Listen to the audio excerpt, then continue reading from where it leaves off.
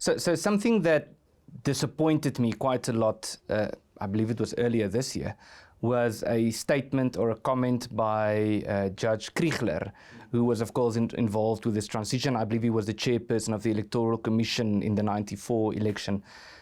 And he made a remark, sort of in passing. He's towards the end of his career and he's looking back. In an interview, he said what we essentially had in South Africa, and I would assume that he implied that we still have, is a choice between two options.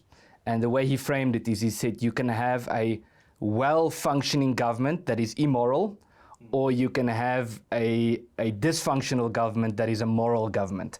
And of course, so what he was saying by that is it's a choice between the apartheid government and the ANC government. So the apartheid government was efficient, but it was immoral. And the new government is inefficient, but at least it's moral.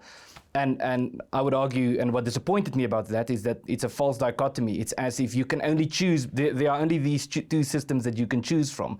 Either you have this white minority government over this big territory with all these diverse peoples, or you have the ANC with more than 100 race laws.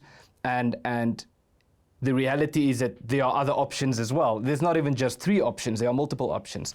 And so I'd love to hear your view on that, this sort of false dichotomy, if you agree that it's a false dichotomy, and how we ought to think about government systems in a country like South Africa. Yeah, it's absolutely a false dichotomy, and I think the reason why someone like Kriegler would want to create that false dichotomy is that it is increasingly in political discourse becoming unacceptable to not always get what you want. So one of the alternatives, for instance, is a very decentralized federal dispensation. That allows you to have an efficient and a moral government. But that does also necessarily mean that you do not get what you want. You do not get to have a distribution of land all over the country that satisfies your own ideological preconceptions. Because in a federal system, each area is going to approach that question the way that it deems appropriate to it and its citizens and its values. Now, you need to be comfortable with that, and a lot of people are not comfortable with that. And again, I take it back to this scientism idea almost that was born out of the French Revolution, this idea that we have, through reason, discovered what utopia looks like and what perfection looks like. We've had all these advances in science and so on, and look at how far we've come in a short space of time, and therefore we can also then design this perfection through government fiat.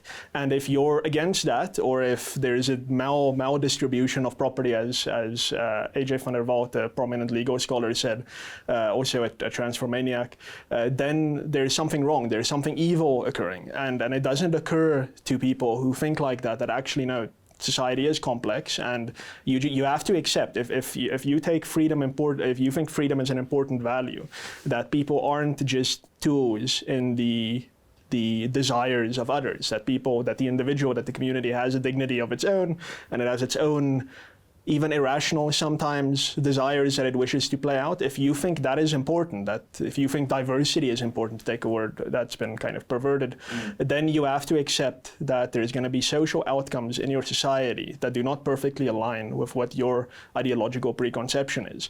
And someone like Kriegler, and I would say most of our kind of high-level elite legal thinkers, to them that is anathema. The idea that there could be something other than this very specific redress program that the ANC has developed over 30 years. To them, that is almost wholly constitutional content. Even though very little of that is in the Constitution, they would elevate it to that level, and they would say that if, for instance, if the Free Market Foundation says actually the best way to deal with the poverty in society that we see is through a free market economy, because every example that you look at in the world where there's a freer market, people naturally gravitate towards doing the things that would tend to elevate them and their families and their communities out of poverty. So if they're allowed to do that, they will do that.